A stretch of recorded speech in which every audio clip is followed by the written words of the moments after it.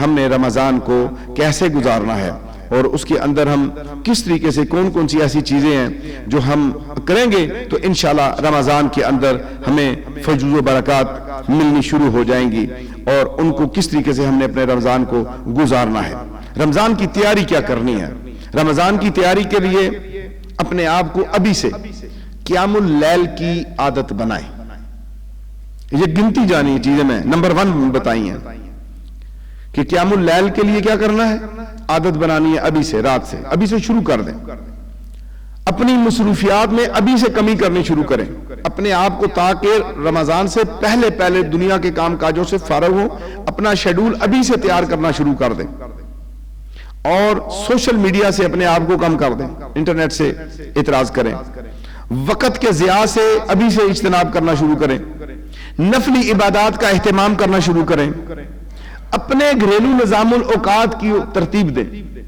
محمدی نظام الاوقات بنائیں اور اپنے آپ کو ڈھالیں اس کے اندر، کاموں کی تنظیم سازی کیجئے، ابھی سے قرآن مجید کی تلاوت کرنا شروع کر دیجئے، ابھی سے صدقہ کرنے کی عادت بنا لیجئے، بچوں سے صدقہ کرنے کی جو ہے ان کو بھی عادت ڈالیں، مسجد میں کچھ دیر ٹھہرنے کی عادت ڈالیں کہ مسجد میں آئے، نماز پڑھی، بھاگنے کی کوشش نہ کریں، ایک آدھ پارہ تلاوت کریں، کچھ نوافل پڑھیں تاکہ آپ کو عادت بنے۔ جو مسجد سے محبت کرتا ہے قیامت والے دن یہ مسجد اس کی شفاعت کرے گی۔ اشیاء ضرورت کی رمضان سے پہلے خریداری کریں تاکہ زیادہ بازاروں میں نہ جانا پڑے۔ گزشتہ قضا نمازوں کی عادت بنائیں، قضا نمازیں پڑھنے کی عادت بنائیں، روزوں کی عادت بنائیں، ابھی سے کوئی نفلی روزے جو ہیں وہ رکھ لیں، لیکن 1-2 دن پہلے چھوڑ دیں تاکہ یہ رمضان سے نہ ملیں۔ کھانے کی مقدار میں ابھی سے کمی کریں، ذکر اللہ کی کثرت کریں، نفلی عبادات کا اہتمام کریں، نفلی نمازیں پڑھیں، نیند کے اوقات میں کمی کریں،